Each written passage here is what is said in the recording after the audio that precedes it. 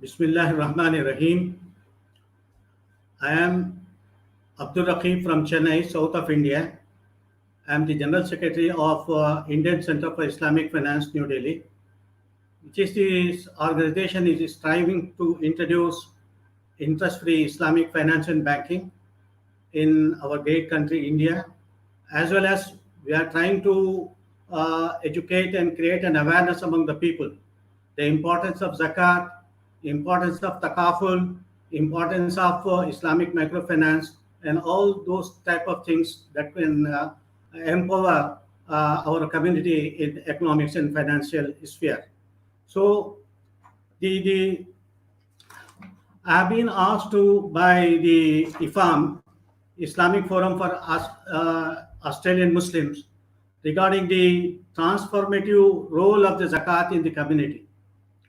Friends, ladies and gentlemen, boys and girls, Assalamu alaikum wa rahmatullahi wa barakatuh. Yes, we have been reading the Quran, reciting the Quran. And whenever we recite the Quran, a true Muslims, we have been shown in the Quran as the person who is having belief in Allah subhanahu wa ta'ala. And after the good deeds, two important deeds are being highlighted every time in the Quran. For example, the salat and the zakat. The salat, the prayer, and also the poor alms due to the given to the people. For example, you know that Quran says, "Innal lazina amanu wa amilu salihati wa aqamus salati wa atuz zakat lahum ajruhum inda rabbihim."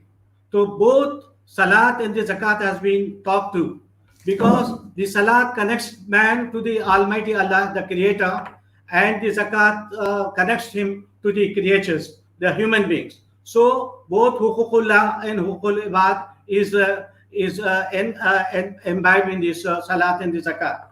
And if you go through the Quran, more than 30 places, both zakat and the Quran has been clubbed together. For example, Quran says, وَقُولُوا لِلنَّاسِ حُسْنًا وَأَقِيمُوا الصَّلَاةَ وَآتُوا الزَّكَاةَ. Speak faith to the people. قُولُوا لِلنَّاسِ حُسْنًا. And then steadfast in prayers and also practice the regular zakat. The same thing is there. وَأَقِيمُوا الصَّلَاةَ وَآتُوا الزَّكَاةَ وَارْكَعُوا مَعَ الرَّاكِعِينَ. Yes, steadfast in the prayer. وَأَقِيمُوا الصَّلَاةَ. And then practice charity, the zakat. So, my dear friends, both salat and the zakat has been described as the fundamental amal salihah in the Quran. And you know that Prophet sallallahu alaihi wasallam said, "Bunyal Islam ala khamsin." The fundamentals, the pillars of the deen is being made on five things. One is the shahada, kalima shahada, ashhadu an la ilaha illallah wa ashhadu anna Muhammadur Rasulullah. Then the salat, then the zakat, then the sawm, the fasting, and the hajj. And these five things we have been seeing in our daily life. How we are practicing this one. Kalima shahadat, alhamdulillah, we are reciting the kalima and we want to be as true as possible according to the kalima shahada. And about this namaz, the salat, we know that not only the farais, the obligatory prayers, but also the nawafil, the sunnah also we have been engaged in our daily life. About the fasting, not only the Ramzan, but also the nawafil, ayame bas, the 3 days of fasting in every month, and also the Ashura, we have been fasting this one.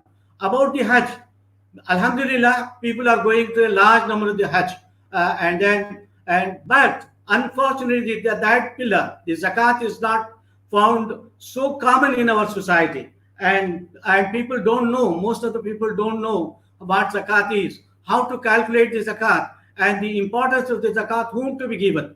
And this is the important thing that I'm going to talk to you today. And there was a survey conducted by an association called Association of Muslim Professionals in India. They came to the conclusion that 30% people, the community people, don't know what the zakat, knowledge of the zakat is not there for 30%. And 40% people say that they can't calculate the zakat properly. And then 70% people, 60% people say we are giving the zakat to the same people every year. 30% doesn't know the zakat.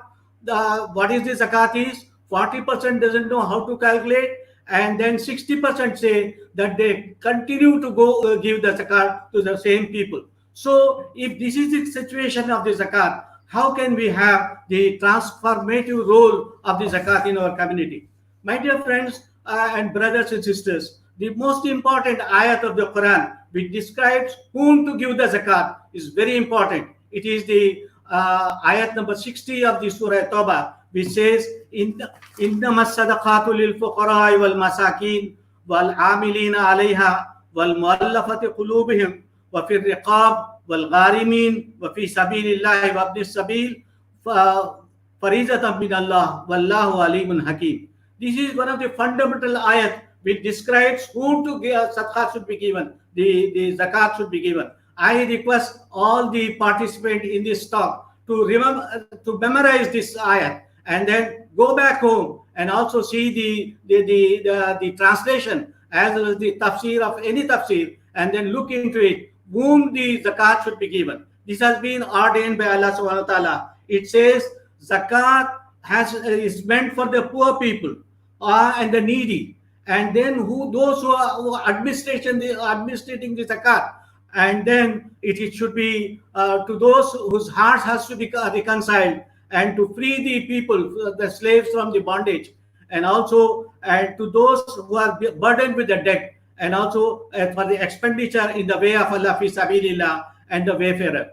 8 type of people has to be given this zakat. One is the poor man, the another is the needy, and the third is those who are engaged in the administration, the collection, the distribution, and all the disbursement of the zakat, amilina alayha.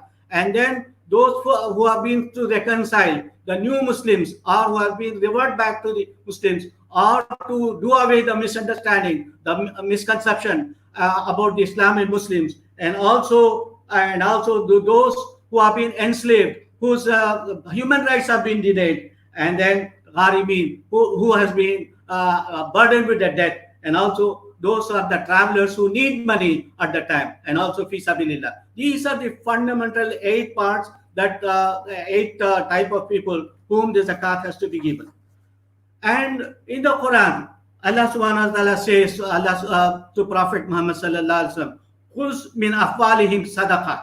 O Muhammad, you take the zakat from the people, and for what? فَتُطَهِّرُهُمْ وَتُزَكِّيهِمْ بِهَا وَصَلِّ عَلَيْهِمْ, so that you can cleanse them and bring growth in their righteousness. So it has been ordered by Allah subhanahu wa ta'ala as an order, as an instruction to Prophet sallallahu alaihi wasallam. And what he has to do?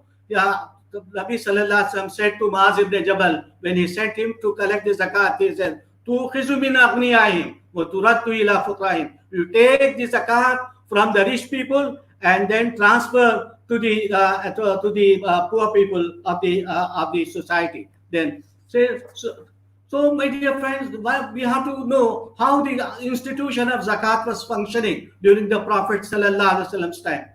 Prophet was having different departments. One was the department of amilina sadaqat, those who are collecting the zakat.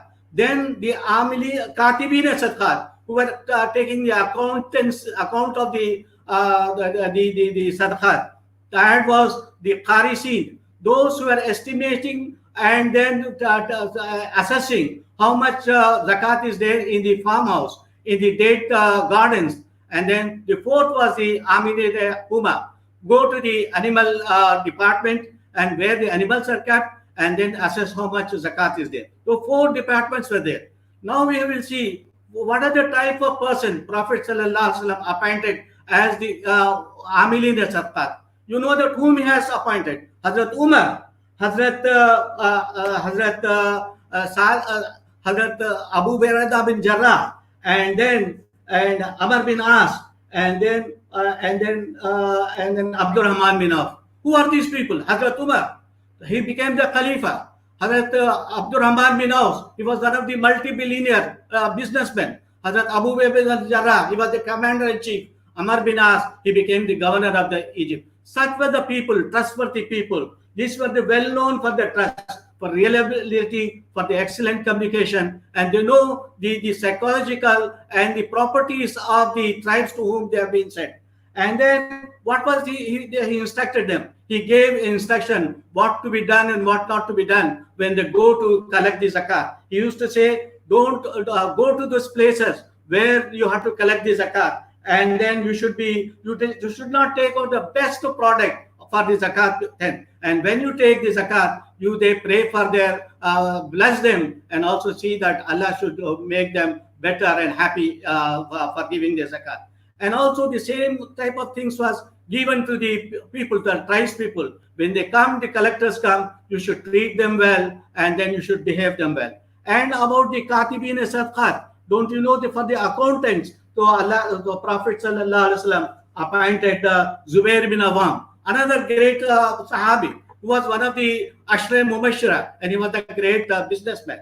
And then for the Qarisin, the estimator, who are the estimator was there? He was there. Abdullah bin Rawaha was who used to go to the farm and estimate how much the date will be there. Nabi sallallahu alaihi wasallam himself was a great estimator. He went once to the Khyber and then calculated how much amount of date will be there after the harvest, and it was came correct. And Amilin Huma, and then Sa'ad ibn Waqas radiallahu ta'ala anhu was in charge of this one. So such was the conditions: the Amilin sadqat, collection, accountancy, and then estimation and disbursements. Everything was there.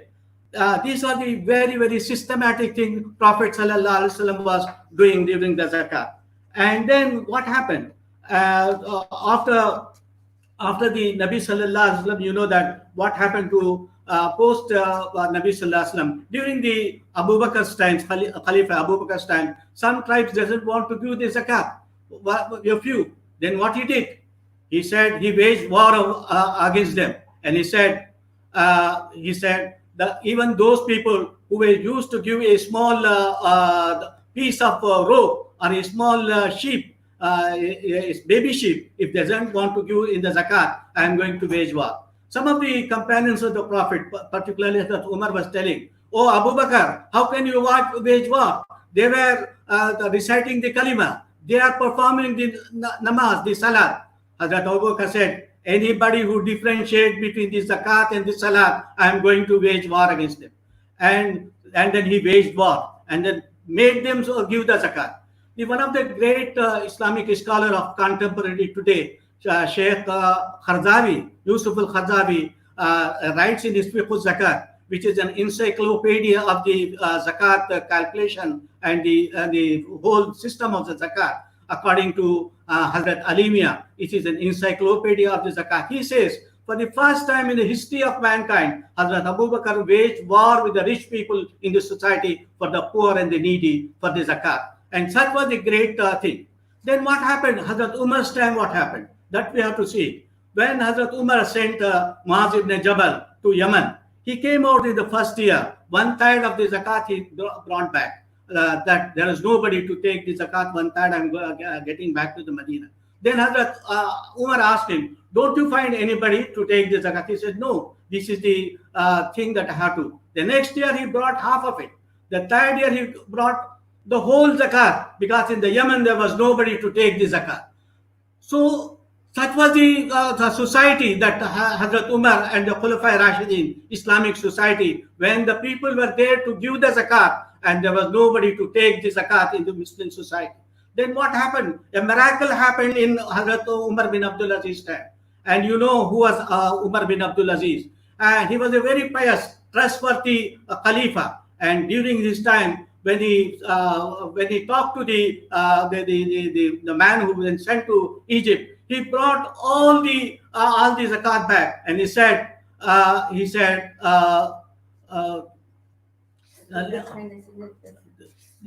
so there was not a single person to take the zakat. So the problem was then they were asking him what we had to do, because there was nobody there in the whole of the kingdom to receive any zakat.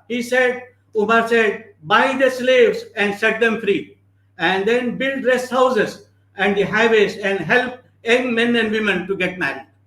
So that was the order by Khalifa Hazrat Umar bin Abdul Aziz. Then Ibn Kathir writes that Hazrat Umar appointed a person who used to go out to the streets, and then he said, where are the persons who are under the debt, who has to pay money to the other people, or who are the people who intend to get married? And then he continued, and where are the orphans I want to give?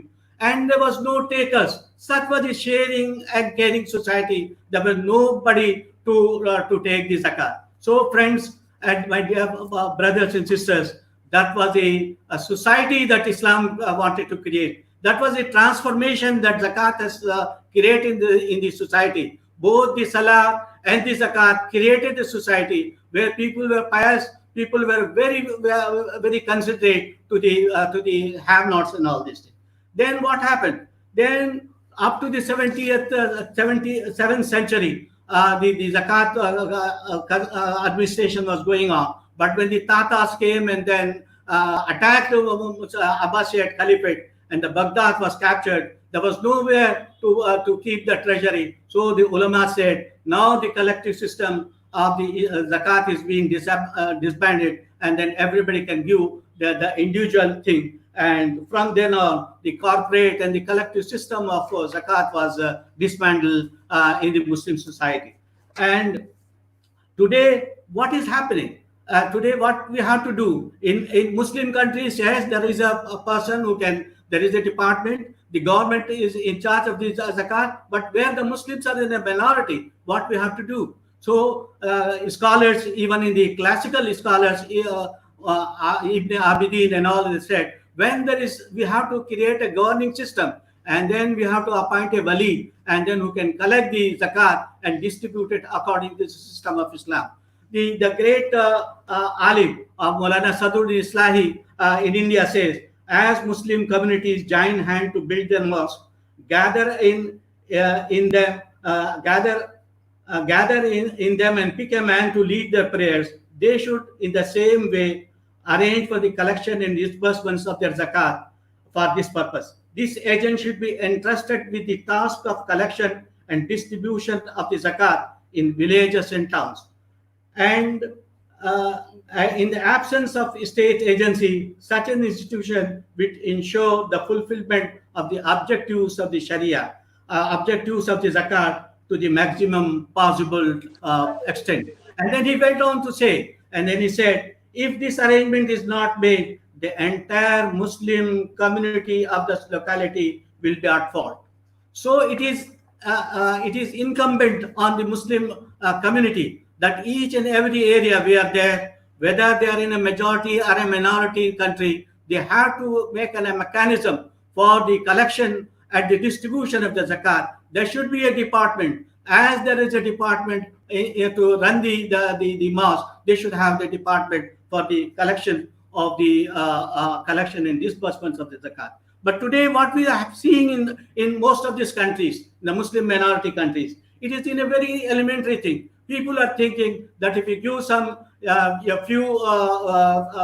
few yards of the cloth, or a few amount of money, or something to the needy people, and individually, that is all. There is no need for the collective system of the zakat. So we have to make arrangement. People with the skill, people with the spirit, both the salahiyat and salihiyat. We have to select people, and then we should make a socio-economic survey of the area we will live in, and then there should be department who should collect and disburse according to the 8 categories or the 7 categories as ordained by Allah Subhanahu wa Taala. Friends, I come back again to what are the people whom this zakat has to be given. As I told you, the first one was the fuqara, the poor people. So what is the condition of the poor in our society today? You know that. And then the thousands of people are under the poverty line.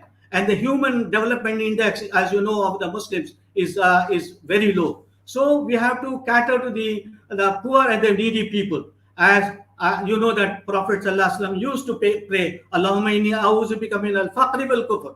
Oh Allah subhanahu wa ta'ala, I seek refuge from you from the denial of the faith and as well as the poverty.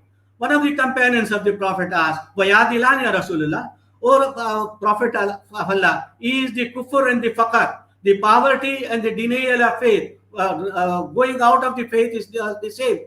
Nabi Sallallahu Alaihi Wasallam, Yadilan, yes. When there is poverty, people tend to go out of the faith also. So such is the great danger today, that if poverty is there, though the people are going towards even giving up the faith. So, friends, when the zakat is certainly for the poor and the needy, but it is not only for the poor. There are other 5 categories which is there in the Quran. As I told you about the Surah Tawbah's 60th ayat, which says that we have to give for the mu'allafatil qulub. The poor people are those who are there, who don't have the means of livelihood.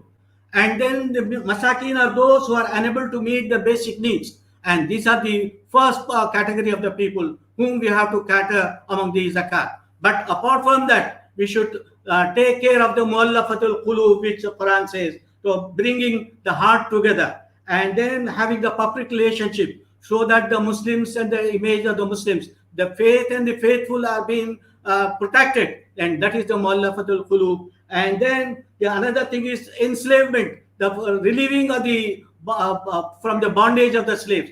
Every human being has got the human rights, as Allah subhanahu wa ta'ala says, وَلَقَدْ كَرَّمْنَا بَنِي آدَمَ. Allah has given dignity to everybody. If somebody is slave, bonded laborers, somebody is put in the prison for just for nothing, these are the people whose human rights have been denied. The dignity and the rights that Allah subhanahu wa ta'ala has given to every human being, if that is denied, zakat money can be used to remove them from the bondage. And the same is the case. And then if somebody is there in the financial crisis is there, he is under the debt. And some of the great contemporary scholars say, as the poor and the needy has been already included, these people are there, the well-to-do people, because of circumstances, because of the business, they become bankrupt, and these people has to be given the debt. And Dr. Hamidullah, one of the contemporary great scholars, says Hazrat Umar used to have interest-free loans to be given from the Baitul Mal. And then he says, if this system of interest-free finance was through the zakat system was there, and had this system continued, the practice of interest would have not been developed in the Muslim world today. So such was the thing. And then again he says that supporting the people in the way of Allah, fi sabilillah.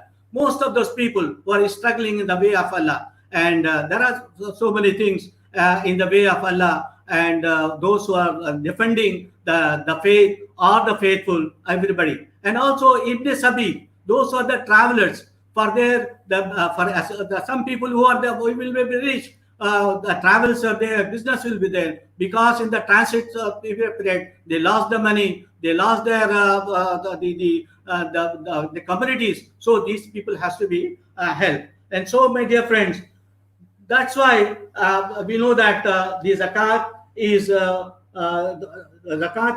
also directly with the individual needs of the Muslims and also the collective needs of the society. So these things, and then what is the nisab? Some of the people will be asking, what is the threshold when the man becomes sahabi nisab? I am not going into all the details, because you can go to any alim of your place and then calculate how much 87.5 grams of gold or 612.5 grams of silver is there today, and then one becomes a sahabi nisab, the threshold when he becomes eligible for the zakat. These are the things about the calculation of your assets, about the wealth that you have. All these details, you have got the books for calculation of the zakat. You can have you can talk to go and then talk to your scholars in the masjid or in your area, on whom you have got on confidence, and then they will tell you some of those things.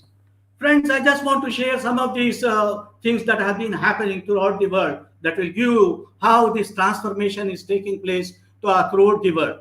In Malaysia, and one of the pioneers in the collection in the collective system of the zakat, they categorize, they classify the poor into two type of people: the productive poor and the non-productive poor. Who are the non-productive poor? Those people who are handicapped, old age people who have been terminally ill, they can't move out, and then handicapped, they can't move out, and then they can make any living. So they have been given continuous. They have been giving the money from the zakat, and they have been helped to live the decent life.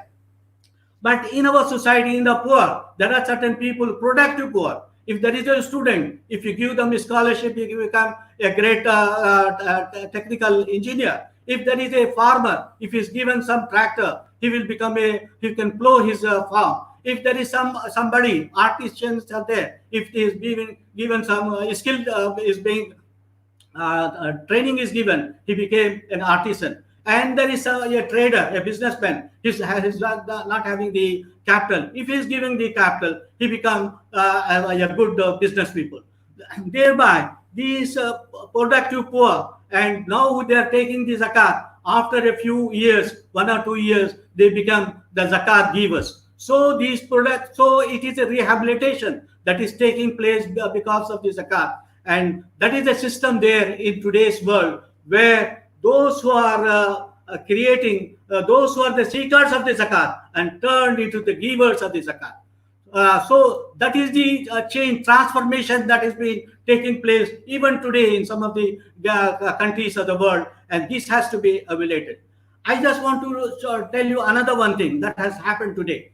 You know that today the world is divided between the haves and the have-nots. As somebody has said, there is oceans of poverty and islands of prosperity today. So there is inequality is there, poverty is there, and at the other end there is richness is there. And then because of the industrialization, the environmental degradation is there. So United Nations has come out with a document called the Sustainable Development Goal. Sustainable Development Goal. Sustainable Development Goal. They have got 17 what is called 17 goals. Among the goals are the no hungry, no poverty, and then shelter for the people, and also the inequality should be removed. And these are the 17 goals of the United Nations that has been brought for 15 years, from 215 to 2030, and this has been next slide. And next slide. Then you see that these United Nations development has come out with a document, and this document is there. Can you enlarge this, please? This little bit enlargement. This is the document. Next. Yeah, this one. Can you make it enlarge? That one, the green one. No. Okay. So, there are these things. The role of the zakat in supporting the Sustainable Development Goal. This is the thing. The Indonesian Zakat Association called Basnas has joined together with United Nations development thing, and they come out with a document that the role of the zakat in supporting the Sustainable Development Goal. I request our organizers to give this link to this one, and you have to go into it. And then they say, the scholars, Islamic scholars say, the Sustainable Development Goal, which has been contained in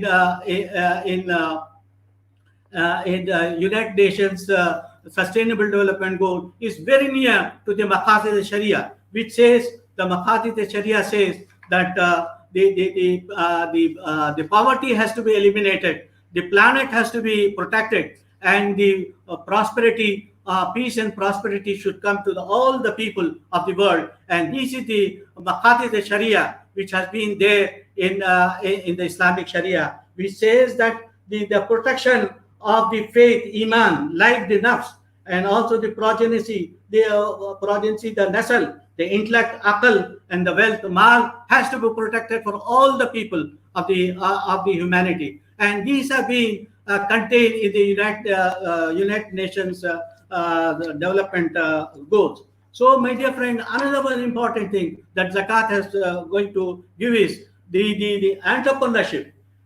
It is zakat is not just giving to some people and then it is consumed, but not for the spent money, but for the consumption. But it can be given for the seed money, as in the microfinance or to for SMEs, so that people can come up and then they can take this money and then become entrepreneurs. And then most of the countries of the world, they have got a lot of microfinance, and then SMEs have come up from the zakat money. And then today there is another very important thing that has come up. This is the fintech. The financial technology has come up. The crowdfunding, the blockchain, that has revolutionized how to bring the zakat. And then there are a lot of organizations in the world which has been making use of the crowdfunding and all these sort of digital technology to collect the zakat, as well as as well as as well as the as well as no, no, no, as well as all these things. In the conclusion, I just want to give you a few points, important points, so that you can ponder over all these things. Friends, if the zakat has to play a role, we have to, the first thing is that what Prophet Sallallahu Alaihi Wasallam has said, that al-mu'minul qawi khayrun wa ahabbu ila Allah min mabatiz zaif. Nabi Sallallahu Alaihi Wasallam said, yes, a strong mu'min is better and very near and very dear to the Allah subhanahu wa ta'ala than a weak mu'min, a weak Muslim. What do you mean by a strong mu'min? A strong mu'min is he who is healthy as well as wealthy. That's what Quran says. Quran says about the wealth, amwalukum allati ja'alallahu lakum qiyam. This wealth is made by Allah subhanahu wa ta'ala for your sustenance. It is just like the blood in the human body. If the blood is not there in the human body, the body can't work even for a single minute. So if there is no mal, if there is no wealth, no property with the people, he can't live a decent and dignified life. So Islam gives great importance for the wealth. But he said, Ya your Rasul, kulu minat tayyibati wa amalu salihah. But you have to make this wealth salih, tayyib, it should be tayyib in a halal way. Then only you do the amal salih. The amal salih is after getting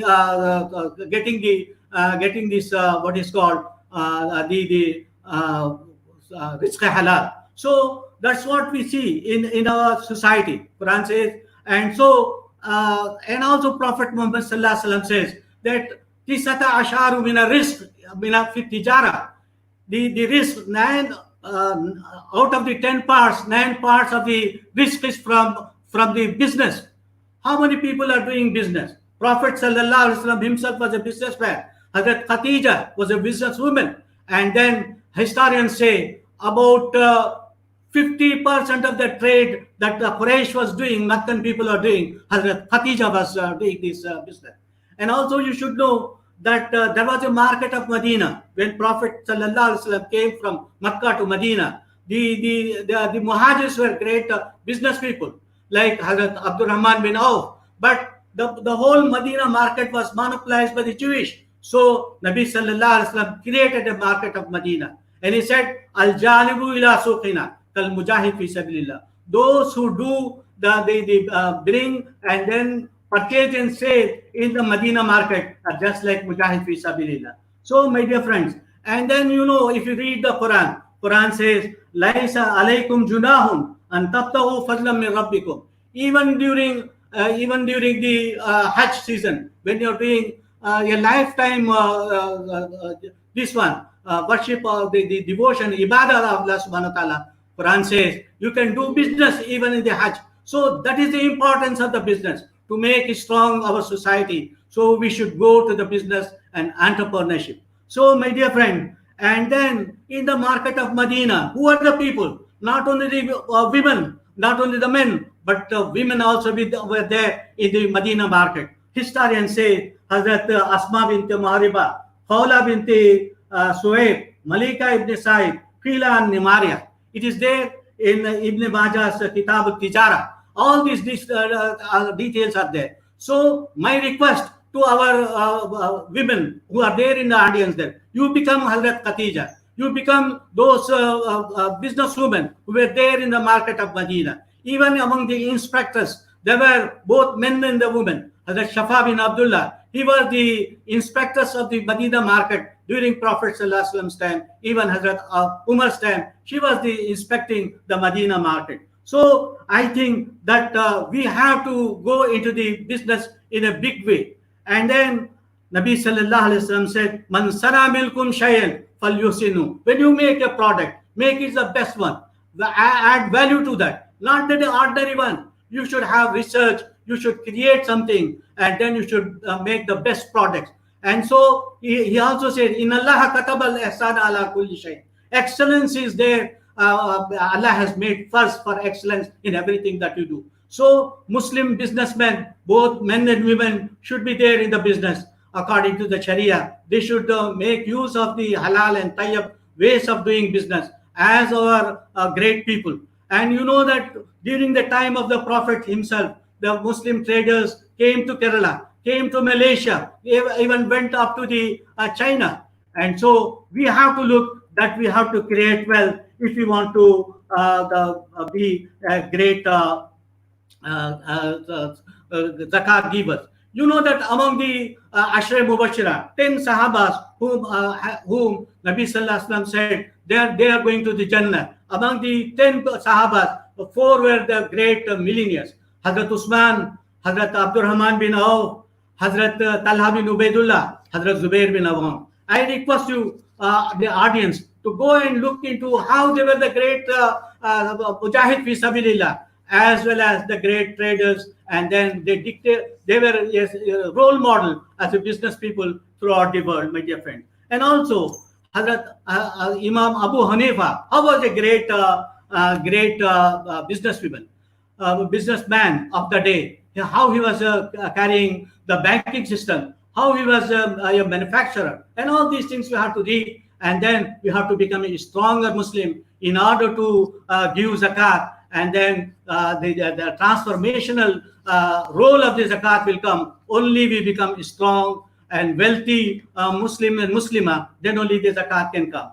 And then today, my dear friends, ladies and gentlemen, then today wealth creation is a different one. Today, it is not the resources alone, but it is the creativity, thinking out of the box that is most important.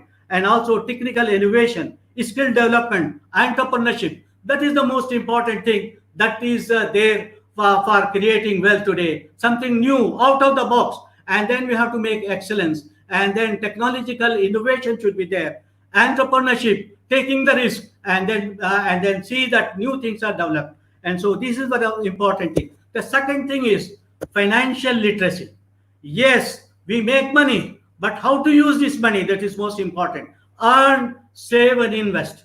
I was just reading an article of Maulana Taqi Usmani Sahab, one of the great Islamic scholars in both Islamic finance and economics also. He says in one of these things that during the period of Muhammad sallallahu alaihi wasallam, every Quraysh tribes was a joint stock company. What does it mean? That each and every member of this Quraysh society, they used to invest in the caravans that were going to the Sham, to the Syria and the Yemen, 1 dinar or 2 dinar, and then they bring back these goods and then sell it. And out of it, what are the profit they used to get? Then they will use to share it. So earn, save, and invest is the financial literacy. And so we have to audit our spending today. So what we do, my dear friends, today, not only our spending, both the men and the women, we have to audit our spending, what we earn is. So for example, one of my friends was selling from Hyderabad. Every year in Hyderabad, 4,000 crore rupees are spent on engaging the marriage house. 4,000 crores in Hyderabad city alone. So is it the extravagance the type of marriages? Where was the simple marriage of Prophet sallallahu alaihi wasallam when he saw Hazrat Abdurrahman bin Auf, the multi-billionaire businessman, marrying an Ansar Sahabiya, but without the knowledge of Prophet sallallahu alaihi wasallam. So we have to make our spending also according to the Sharia. And again, even those things which is permitted in Sharia, we have to look into it. For example, another friend of mine was telling from Bangalore, every day 200 people are going to the Umrah. Yes, Hajj is obligatory on us, and Hajj is obligatory on us, but Umrah and the spending of Umrah, instead of what we have to do, please tell me, keep your hand on your heart and tell whether I and you have gone to any slums. And according to the statistics, most of the Muslims in the slum of these big cities are the Muslims are there, and other communities are also there. In the slums, Muslim communities are in a large number. If I keep my hand in my heart and you keep your hand in your heart, does any one of us has gone to the slums and see the pitiable conditions of these people who are there in a very wretched condition? In 1 meter into 1 meter room, about 10 people are living. What type of society we have created today? And then on the other hand, we spend money on the marriages, we spend money on the Hajj and Umrah, multiple Hajj and Umrah. And today we have got a credit society where we go and then make money, which is we purchase things we don't need, and with the money we don't have. So today I request you that we should study more of the zakat. Some of the people, World Muslim Zakat Forum is there in Indonesia and Malaysia. In UK, the National Zakat Federation is there. In Malaysia, Kenya, in UK, the Zakat Foundation's slide is here. Then you can say how they have transformed that one. And some of the people in the Red Cross people and the Red Crescent people have transferred the whole area of Kenya from the hunger and drought, and then it has changed to the great important this one. Friends, another one thing is how the Prophet has taken the best.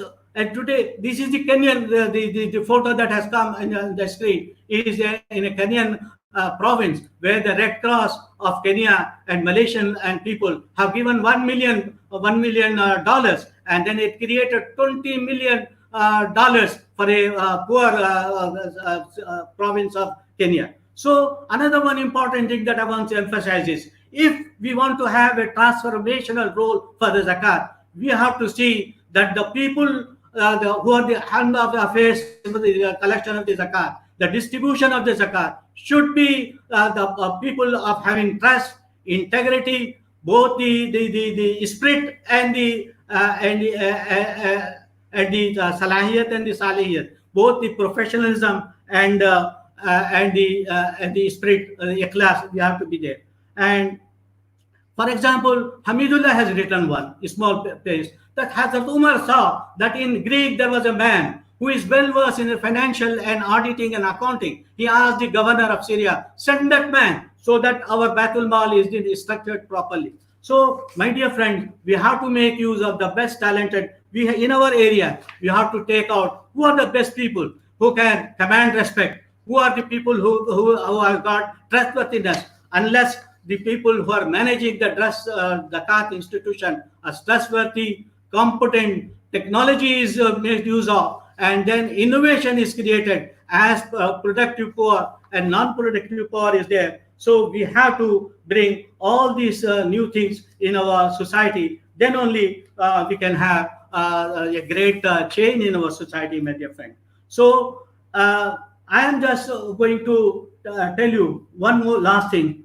Friends, when somebody is there weak in a subject, as a student, if I'm weak in mathematics, what I do? I take extra time for learning mathematics. I go to some man who can teach me more, and then I devote more time in this in that weak subject. So if we go into all the ibadah about the salah, the sawm and hajj, Zakat is the subject in which we are very weak, and so we have to give extra time for the zakat, and then we see that we go to the scholars, we go to the Google and find out what the zakat was there, what are the obligations, what is the nisab, how the zakat was distributed during Prophet's time, during Hazrat Umar's time, Hazrat Umar bin Abdul Aziz's time, and then how today in contemporary world, in Indonesia, in Japan, in UK, in Australia and New Zealand, how the zakat is. Everything good, it is, we have to adopt it. As Nabi Sallallahu Alaihi Wasallam has said, Al-hikmatu zallatul mu'min. The wisdom is the last property of the Muslim. And then wherever it is, you have to adopt it, accept it, and then take it into our own system. So, my dear brothers and sisters, so my request to you is that this is only an initial thing that I have just kindled an interest among you, and now it is your part, all the participants, whether he's a elderly man or the woman or the youngsters, boys and girls, or even the children, they should know more of the zakat. And then you see that the zakat, how it was collected, how it was accounted, how it was the survey was made, and how it was disbursed in a Muslim society, how it should be in today's digital world, and so that we can make a sharing and a caring society as Allah subhanahu wa ta'ala made us to make it, so that we can have a hayat tayyiba, a good life in this world, and then we go back to Allah subhanahu wa ta'ala on the judgment, on the day of judgment. He will say, yes, I am pleased with you, and then Jannah is the reward for all that the work you have done. So my request to the audience is, go back and then take zakat as an important lesson during this Ramzan and also the Ramzan. Create a system and in which all of you should have a participatory role, whether the women or the men or the boys or the girls, even the children can take a part of it. And so it will become a great transformational tool of zakat in our life. I am thankful to my friend Mohsin Umar, who has asked me to participate in it, and also my friends, two friends, Irshad and brother Irshad, and then brother Aqil, for connecting me. I pray Allah subhanahu wa ta'ala to give us immense reward in this world and also in the hereafter. رَبَّنَا تَقَبَّلْ مِنَّا إِنَّكَ أَنْتَ السَّمِيعُ الْعَلِيمُ وَتُبْ عَلَيْنَا إِنَّكَ أَنْتَ التَّوَّابُ الرَّحِيمُ. Yes, brother. Is there any suggestion?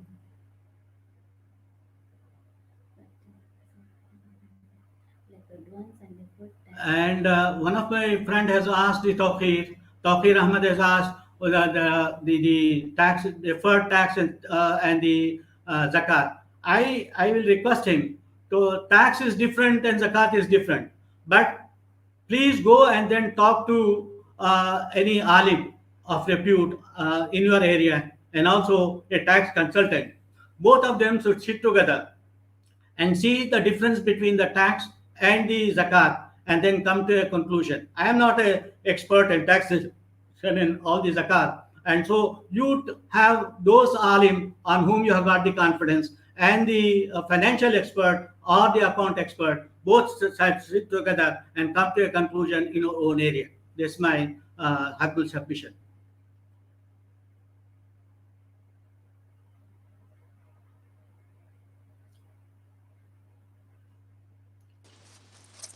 Jazakallah.